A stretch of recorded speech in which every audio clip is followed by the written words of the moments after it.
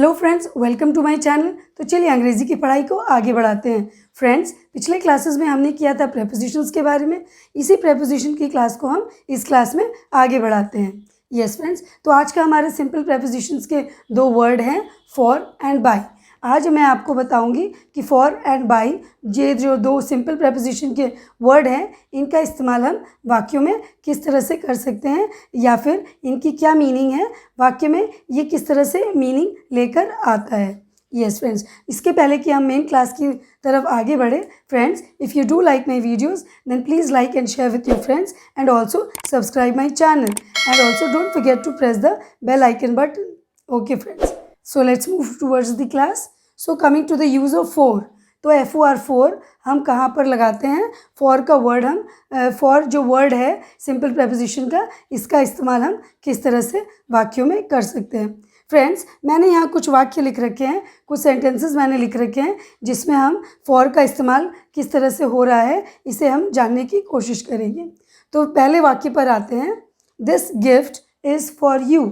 पहला वाक्य है दिस गिफ्ट, गिफ्ट यानी तोहफ़ा, यह तोहफ़ा तुम्हारे लिए है या आपके लिए है। दिस के लिए वर्ड, के लिए, फॉर का मतलब है के लिए, ये तोहफ़ा आपके लिए है। This gift is for you, तो ये के लिए वर्ड के लिए हमने क्या इस्तेमाल किया है? फॉर का इस्तेमाल किया है। Yes friends, coming to the next sentence, second sentence में आते हैं। These medicines are for my grand mother.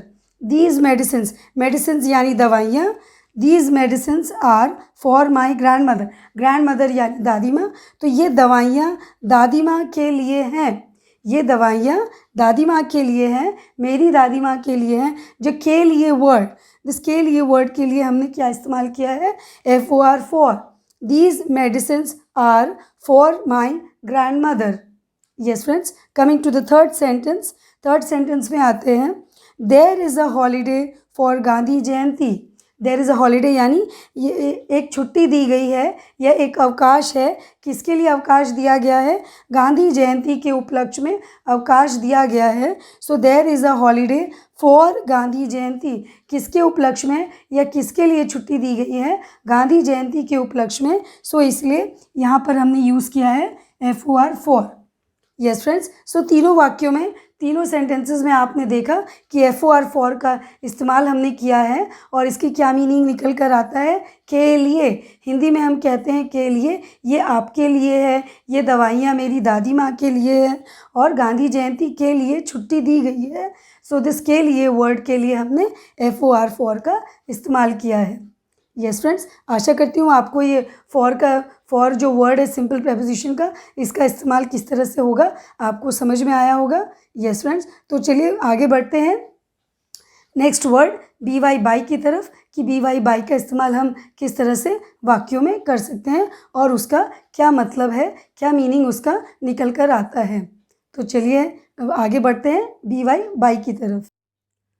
तो चलिए बी वाई बाई की तरफ बढ़ते हैं। तो बी वाई बाई से मैंने कुछ वाक्य लिख रखे हैं जिसमें मैंने बी वाई बाई का इस्तेमाल किया है, बाई वर्ड का इस्तेमाल किया है। तो चलिए हम जानने की कोशिश करते हैं कि बी वाई बाई वर्ड को हम किस तरह से लगा सकते हैं या फिर उसका मीनिंग किस तरह से वाक्यों में निकल कर आता है। तो चलिए मैं पहले वाक्य की ओर बढ़ते हैं। तो पहला वाक्य है I will reach there by 10 o'clock। Yes, I will reach there, reach मतलब मैं वहाँ पहुँचूँगी या मैं वहाँ पहुँचूँगा कितनी बजे तक? बाय 10 o'clock, कितने बजे तक मैं पहुँचूँगा? दैट इज़ 10 बजे तक मैं पहुँचूँगा।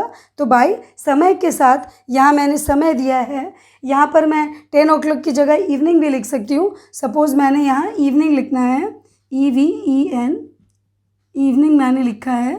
तो I will reach there by evening, by evening यानी मैं शाम तक पहुंचूंगी। जब हम समय की बात करते हैं, चाहे वो सुबह हो, दोपहर हो, शाम हो या रात हो, या फिर किसी वक्त को हम स्पेसिफाई करते हैं, जैसे मैंने यहाँ 10 o'clock लिखा है, सपोज़ यहाँ 9:30, 8 o'clock, मैं कुछ भी लिख सकती हूँ। तो जब हम समय की बात करते हैं तो उसके साथ में कि जब हम वहाँ तक पहुँचेंगे या इतने बजे तक पहुँचेंगे या शाम तक पहुँचेंगे या सुबह तक पहुँचेंगे, जो तक वर्ड है, अब तक, तब तक, दिस तक वर्ड के लिए हमने क्या इस्तेमाल किया है?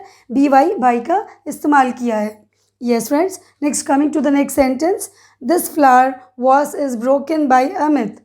दिस फ्लावर वॉस यानी फूलों का गुलदस्ता, ब्रोकन यानी टूट गया है, किसके द्वारा? अमित के द्वारा। अमित के किसी कारण से अमित के द्वारा ये फ्लावर वास, ये फूलों का गुलदस्ता टूट गया है। तो किसके द्वारा टूटा है? अमित के द्वारा टूटा है। सो दिस इज़ के द्वारा वर्ड। बी वाई बाई का यहाँ क्या मीनिंग निकल कर आ रहा है? That is B Y by का मीनिंग यहाँ निकल कर आ रहा है कि के द्वारा, अमित के द्वारा यह फ्लावर वास टूट गया है। सो दैट इज़ के द्वारा word is used for B Y by. So coming to the third sentence, many poems were written by Rabindranath Tagore. Many poems, बहुत सारी कविताएं लिखी गई हैं रविंद्रनाथ टैगोर के द्वारा। That is Rabindranath Tagore was a great poet. तो उनके द्वारा बहुत सारी कविताएं लिखी गई हैं, उनके द्वारा लिखी गई हैं। अगेन के द्वारा वर्ड के लिए हमने क्या लगाया है? B Y by. Yes friends, so तीनों वाक्यों में आपने देखेंगे कि इसे हम फर्स्ट सेंटेंस में हम समय के साथ में बी वाई बाई लगाए हैं। इस तरह से और भी बहुत सारे वाक्य हो सकते हैं, like I will reach there by 10 o'clock, I will reach by 9:30, I will reach by the afternoon, I will reach by night. So इस तरह से हम पहला वाक्य जो तक समय के लिए हम जो तक वर्ड है उसके लिए हम बी वाई बाई का इस्तेमाल करते हैं। और बाकी दोनों वाक्यों में हमने देखा कि के द्वारा, उसके द्वारा ये काम हुआ है, उसके द्वारा ये चीज़ की गई है, इसके लिए हम के द्वारा वर्ड के लिए हमने बी वाई बाई का इस्तेमाल किया है। यस फ्रेंड्स, सो इन तीनों वाक्यों में हमने देखा बी वाई बाई का इस्तेमाल। तो हमारी इस क्लास में हमने सीखा दो वर्ड्स का इस्तेमाल, सिंपल प्रेपोजिशन, दो words that is for and by का इस्तेमाल हम वाक्यों में किस तरह से कर सकते हैं और इनका मीनिंग किस तरह से निकल के आता है वाक्यों में। यस फ्रेंड्स, आशा करती हूँ आपको आज का हमारा टॉपिक समझ में आया होगा। तो फ्रेंड्स, अपने comment section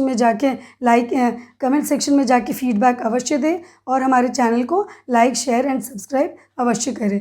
thank you friends. Next upcoming videos के लिए stay tuned. Thank you friends.